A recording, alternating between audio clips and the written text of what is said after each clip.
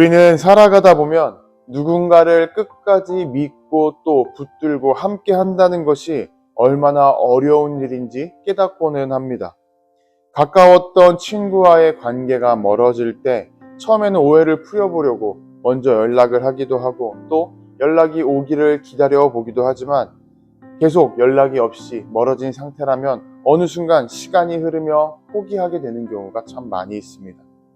심지어 이런 것은 가까운 가족이라 해도 마찬가지입니다. 부모와 자녀, 형제와 자매 사이에서도 이해받지 못한다라는 마음이 가득하게 되고 또 그것이 오래 쌓이게 되면 마음이 멀어지고 결국 여기까지다라는 생각과 함께 상대방과 가족과 선을 긋게 되는 것이죠. 이렇게 포기한다라는 말에는 선을 긋는다라는 말에는 포기와 단념이 들어 있습니다. 더 이상은 내가 이 관계를 위해서 애쓰지 않겠다는 결심이 있는 것이고 붙잡고 싶어도 놓을 수밖에 없다는 그런 현실의 포기가 담겨 있는 것이죠. 이렇듯 사람과 사람 사이에서는 관계를 끝까지 붙들어 나아가는 것이 정말로 어려운 일입니다. 그렇다면 하나님과 우리의 관계는 어떠할까요? 대부분 사람과의 관계에서는 내가 상처받았다라고 말할 때가 참 많이 있습니다. 하지만 하나님과의 관계에 있어서는 우리가 하나님을 더 상처받게 하는 경우가 참 많이 있는 것을 돌아봅니다. 하나님의 말씀을 잊고 살아가고 하나님의 음성보다는 세상의 다른 것들을 더 의지하고 살아갑니다. 심지어는 하나님을 등지고 반대 방향으로 걸어갈 때도 있죠. 하나님께서 여기까지다라고 말씀하지 않으시는 것이 신기할 정도인 데가 참 많이 있습니다. 그럼에도 불구하고 우리는 끊임없이 불순종하며 나아가고 있죠. 그러한 우리 앞에 성경에서는 이렇게 말합니다. 하나님은 우리를 끝까지 붙드셨다고 말이죠. 그리고 끝까지 버리지 아니하신다고도 우리에게 정확히 가르쳐주고 있습니다. 오늘 우리가 나누는 느헤미야 9장은 이스라엘 백성들이 함께 모여 금식하며 붉은 베옷을 입고 죄를 고백하는 장면으로 시작합니다. 모여있는 백성들은 단순히 자신들의 개인적인 죄만을 고백하고 있는 것이 아니라 조상 대대로 이어져 온 불순종과 그 죄악들을 함께 고백합니다. 이집트를 떠나서 광야에서 주님을 원망했던 일을 고백하고 금송아지를 만들었던 일을 회개하고 있습니다. 하나님의 율법을 무시했던 그 모든 순간들을 다 고백하는 것이죠.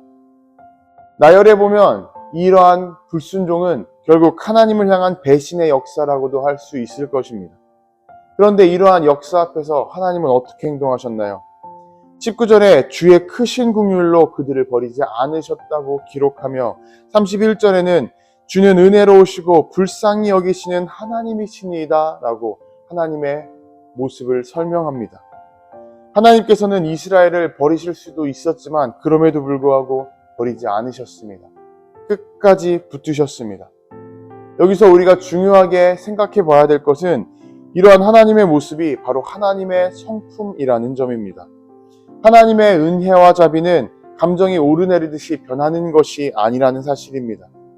어떤 때는 용서하고 어떤 때는 포기하고 단념하고 그러한 사람의 움직이는 마음과 같은 그런 감정과 같은 것이 아니라는 사실입니다. 하나님의 은혜와 자비는 하나님 자체를 드러내는 그러한 본질이라고 할 수 있습니다. 다시 말해서 우리를 붙드시는 것은 하나님의 선택이 아니라 하나님이 누구이신지를 드러내는 그러한 성품이라는 사실입니다. 그렇기 때문에 이스라엘이 광야에서 방황할 때에도 하나님께서는 구름 기둥과 불 기둥으로 인도하셨습니다. 만나를 내려 먹이게 하셨고 바위에서 물을 내어 목을 축이게 하셨습니다. 40년 동안 옷이 헤어지지 않게 하셨고 발이 부르트게도 하지 아니하셨습니다. 바울 사도는 고린도후서에서 이렇게 고백합니다. 우리가 사방으로 우겨쌈을 당하여도 쌓이지 아니하며. 이러한 고백은 결국 같은 뿌리에서 나오는 고백입니다. 하나님은 우리를 끝까지 붙드신다는 고백이고 우리를 결코 버리지 아니하신다는 고백이죠.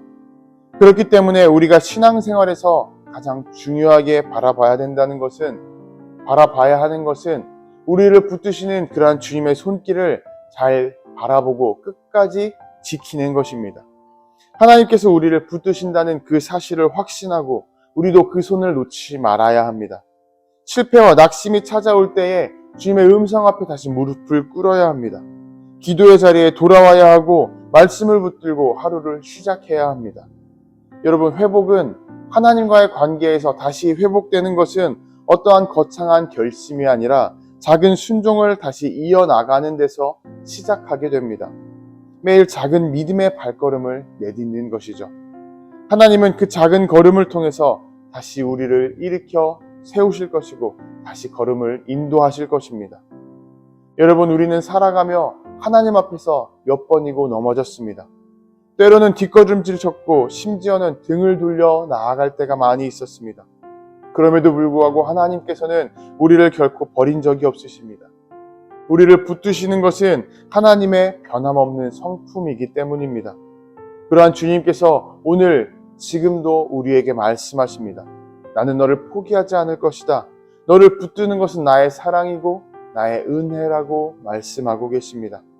그러니 오늘 우리는 실패의 기억보다, 하나님을 버렸던 그러한 실패의 기억보다 하나님이 주셨던 은혜의 순간을 더 떠올리셨으면 좋겠습니다. 놓고 싶은 마음보다는 끝까지 붙드시는 주님의 손을 더 오랫동안 바라보아야 할 것입니다. 여러분, 하나님께서 우리를 붙드시는 한 우리는 다시 걸어갈 수 있습니다. 다시 믿음으로 살아갈 수 있습니다.